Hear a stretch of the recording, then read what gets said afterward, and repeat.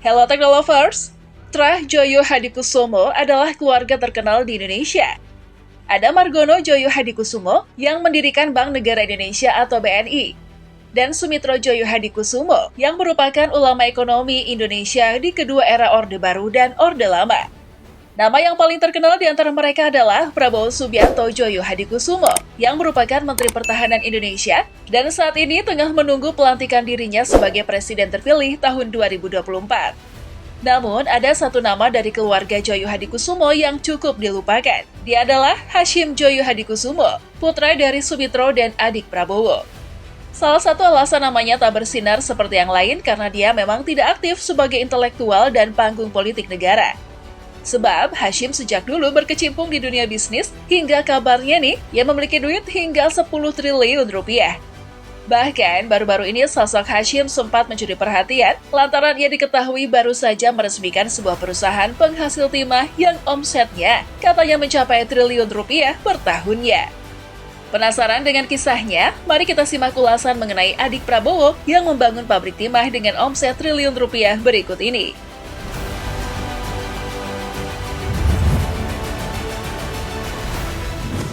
Pada Jumat 10 Mei 2024, Hashim Joyo Hadikusumo, adik kandung Presiden terpilih Prabowo Subianto, meresmikan perusahaan yang memproduksi solder dari timah di kawasan industri tunas prima, Kabil di Kota Batam, Provinsi Kepulauan Riau atau Kepri. Sementara itu, anak kandung Hashim atau keponakan Prabowo, Aryo Puspito Setiaki Joyo Hadikusumo, diketahui memegang perusahaan PT Solder Tin Andalan Indonesia atau Stania. Dalam sambutannya sebagai Komisaris Utama Arsari Tambak, Hashim Joyo Hadikusumo menyatakan bahwa pendirian perusahaan merupakan bagian dari upaya Presiden Joko Widodo untuk mengubah industri tambang. Di depan tamu undangan, Hashim menyatakan bahwa kegiatan ini merupakan bagian dari rencana pemerintah Joko Widodo untuk hilirisasi. Presiden terpilih Prabowo Subianto juga memiliki tekad dan keinginan untuk melanjutkan perjuangan yang telah dimulai oleh Bapak Jokowi. Program penghiliran itu juga akan dilakukan untuk 24 komunitas strategis lainnya. Hilirisasi nanti juga akan mengalami penambahan nilai, dengan maksud agar lapangan pekerja bisa distimulasi, kata Hashim. Hashim juga mengatakan kalau Presiden terpilih Prabowo juga akan menambahkan wilayah-wilayah penghiliran lainnya di Indonesia. Seperti yang disampaikan Gubernur Kepulauan Riau tadi, di sini juga ada silika, bauksit, dan timah ini adalah bagian dari itu, katanya. PT Stania akan melakukan produksi solder timah dengan target ekspor. Target produksi awal pabrik ini lebih kurang 2.000 ton solder setiap tahun, dengan omset mencapai 1,2 triliun rupiah per tahun. Sementara untuk investasi awal pembangunan pabrik tersebut sudah mencapai 100 miliar rupiah. Besar banget ya!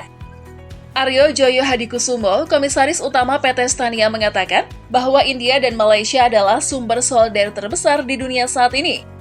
Nah, di mana target perusahaan ini adalah untuk merebut pangsa pasar ini dengan sumber timah yang ada di Indonesia. Banyak kemudian timah Indonesia diekspor ke negara-negara seperti Taiwan, Korea Selatan, India, Amerika, Eropa, dan Cina. Yang di mana pembangunan pabrik ini sangat bisa berkompetisi di pangsa pasar domestik dan luar negeri.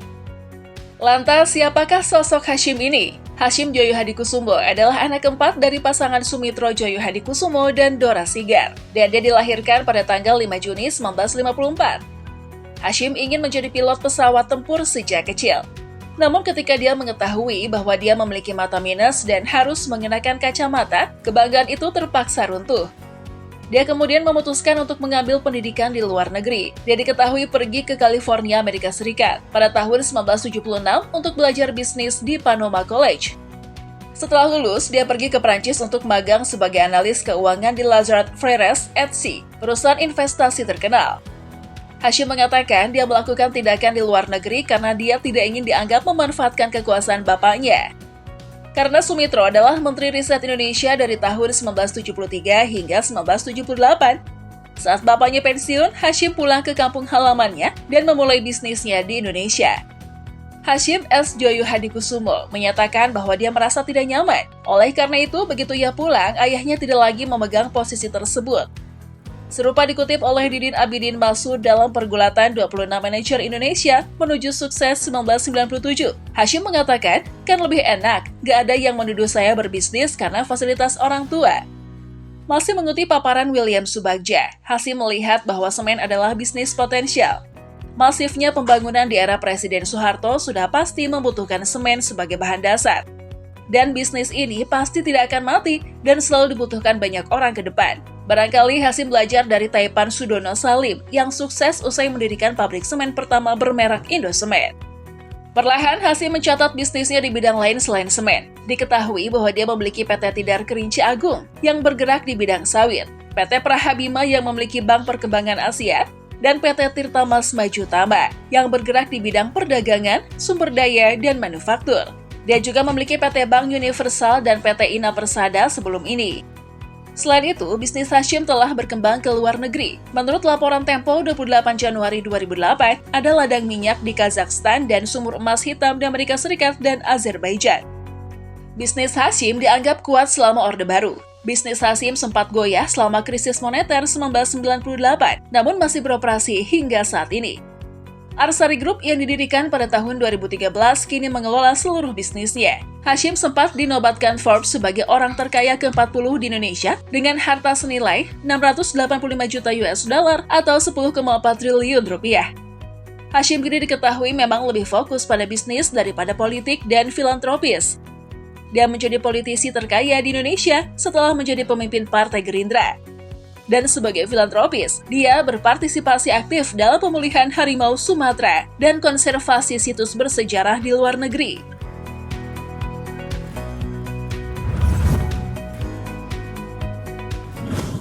Nah, gimana menurut kalian teknologi?